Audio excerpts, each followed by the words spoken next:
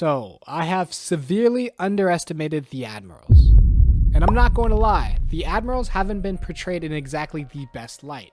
I mean, Aokiji and Kizaru's introductions were cold as hell when we were introduced to them back in the day, and I thought these two were real threats, especially Kizaru, who made quick work of the supernovas on Subodi. But ever since the Paramount War, it really took the admirals down a peg in my eyes when I saw characters like Marco and Jozu actually doing damage to the admirals, and Marco was actually holding his own against Kizaru and made it look easy. And then we had Ben Beckman come in and just point a gun at Kizaru, and he literally just stopped in his tracks. So these factors at play made me kind of question the Admiral's strengths. And then in Wano, when we saw Green Bull, or should I say Green Fraud, being scared of Shanks who wasn't even on the island, I mean, I don't think you can blame me for thinking that the Admirals weren't all that. And I know it's Shanks, like I know he's like one of the strongest emperors, but like, come on, Green Bull, show some backbone a little bit. But these latest chapters of One Piece, chapter 1087 and 1088, has really got me reevaluating my previous estimation on the admirals and their power level, just because these guys are really boxing. Like, Aokiji is really putting on a show.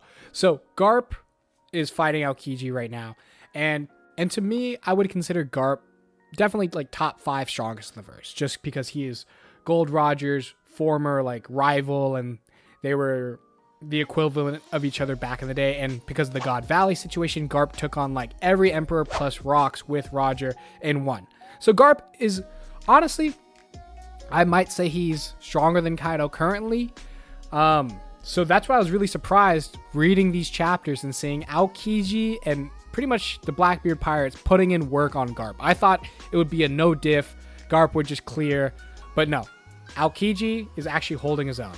And before reading this, like finishing Wano, I thought Sanji and Zoro were basically admiral levels because they were able to beat essentially the first and second mates of an emperor. So I thought Zoro, definitely admiral level. Sanji could also be there. Maybe Sanji and Zoro work together, could be admiral level. But now I'm not really so sure.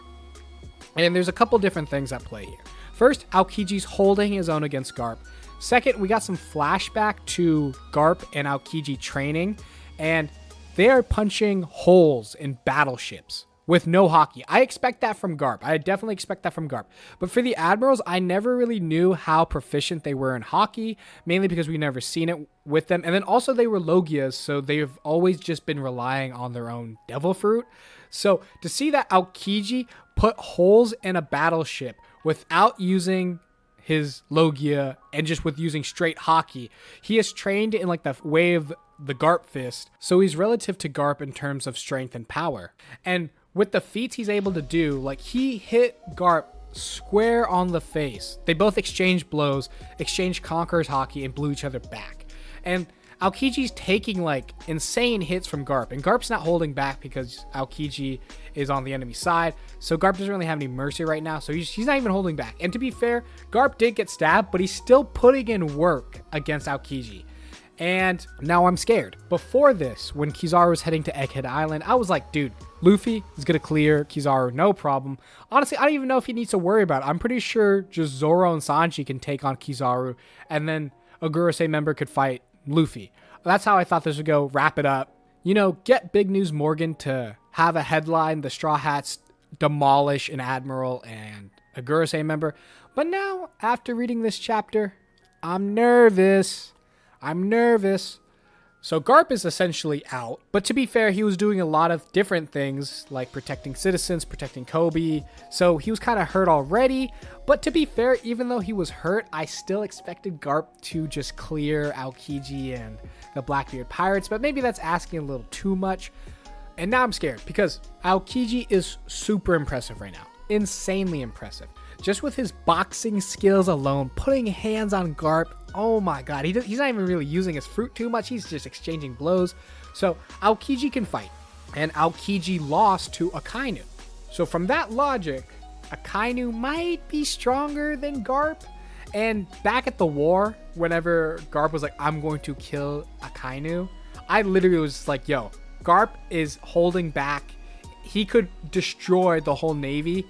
But now after reading this chapter, I think that I'm not really sure what would happen actually if Akainu and Garp would have fought at Marineford. It might not be as one-sided as I thought. And now I think this is good for the Navy, just because for a while I never thought the Navy really had anything against Yonkos or the pirates, because it seems like the pirates are all like too like OP. But now that the Marines got the pacifistas, upgraded pacifistas, the seraphims, the holy knights, and admirals that can fucking box, I'm honestly genuinely scared for the Straw Hats. And honestly, what's going to happen at Egghead Island, I'm not sure if the Straw Hats can really get out alive, just because when the admirals show up, I'm not sure if CP0 will play along with Luffy and the gang still, or would they have to fight all over again. But it's not really looking good. I'm honestly just very excited to see how strong the admirals really are, because now they're looking kind of impressive. Even Green Fraud might have some moments to shine, and the level of hockey that they're displaying right now, I feel like they can contend with the likes of Kaido, and what Kaido was talking about, I guess the strongest people in the verse can coat themselves with Conqueror's hockey. I feel like the admirals have to have it. Like, that's probably what it takes to become an admiral for the Marines. And now I can definitely see that the admirals are not as weak as I initially thought. But what do you guys think about the admirals, and where do they rank in the world of One Piece in terms of strength?